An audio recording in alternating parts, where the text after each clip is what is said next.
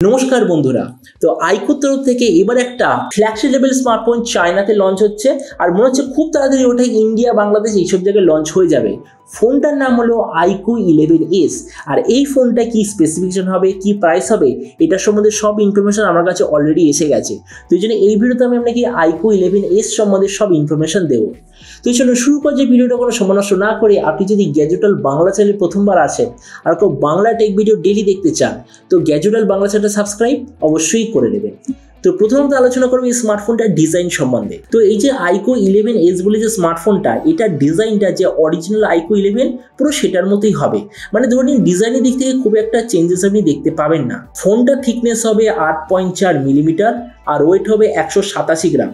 এই ফোনটার পেছন দিকে যে মেটেরিয়াল, সেটা প্লাস্টিক হবে নাকি মডার্ন ট্রেন্ডের মতো লেদার হবে, এটা সম্বন্ধে কোনো প্রপার ইনফরমেশন নেই। ডিসপ্লের দিক থেকে এতে আপনি পাবেন 6.78 inch 2K 144 hertz E6 super AMOLED display, তার সঙ্গে 300 হার্জের টাচ সামনিং রেট, 1200 হার্জের ইনস্ট্যান্ট টাচ সামনিং রেট, 2160 হার্জের PWM ডিমিং রেট, 1800 নিটসের brightness, 20:9 aspect ratio, 94% screen to body ratio, HDR10+ Dolby Vision দুটো সার্টিফিকেশন। আর তাছাড়া এই যে প্যানেলের কোয়ালিটি, সেটা হলো LTPO জেনারেশন 4। আর ডিসপ্লের যে কালার কন্ট্রাস্ট, সেটাকে আরও বেটার করার জন্য এতে আপনি পাবেন XDR ডিসপ্লে ইঞ্জিন। তার মানে সোজা কথা বলতে গেলে এর চেয়ে বেটার ডিসপ্লে ওই প্রাইস পয়েন্টে আর পসিবল নয়। প্রসেসরের দিক থেকে এতে আপনি পাবেন স্ন্যাপড্রাগন 8+ জেনারেশন 2 প্রসেসর, মানে যেটা স্ন্যাপড্রাগন জেনারেশন 2 এর একটা বুস্টেড এডিশন।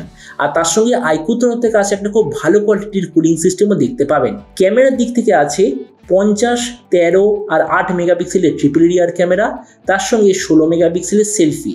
এই যে 50 মেগাপিক্সেলের রিয়ার ক্যামেরা, ওটা হলো স্যামসাং GN5 সেন্সার।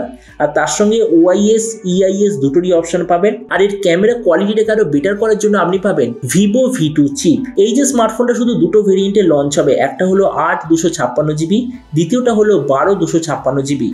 র্যামের কোয়ালিটিটা হলো LPDDR5X, মেমোরিতে আছে UFS 4.0 আর তার সঙ্গে কোনো ধরনের SD কার্ড স্লট নেই। ব্যাটারি দিক থেকে আছে 5000 mAh ব্যাটারি, তার সঙ্গে 200 ওয়াটের চার্জার আর USB Type-C কানেক্টিভিটি।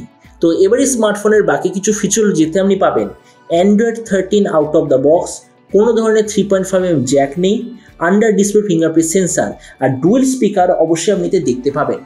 তো এবার সবচেয়ে মেন জিনিস, ফোনটা কবে লঞ্চ হবে? তো দেখুন, যতদূর মনে হচ্ছে জুন মাসের লাস্টে স্মার্টফোনটা লঞ্চ হওয়ার সবচেয়ে বেশি চান্স।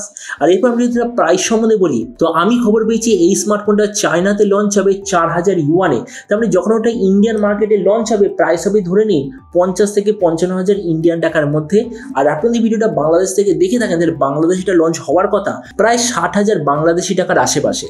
তো এবার সব ভিডিওর মধ্যে আপনাকে জানাবো এই যে IQOO 11S যে আসতে চলেছে, তো এই স্মার্টফোনটা সবচেয়ে বেস্ট নাকি এর চেয়ে বেটার অন্য কোনো অ্যাভেলেবেল আছে। তো দেখুন, প্রথমেই বলবো এই যে ডিসপ্লেটা, এই মুহূর্তে মানে যেই প্রাইস পয়েন্টে এটা লঞ্চ হতে চলেছে, যে বেটার কোয়ালিটির ডিসপ্লে আর পসিবল নয়। তার মানে ডিসপ্লেটা নো ডাউট নাম্বার 1।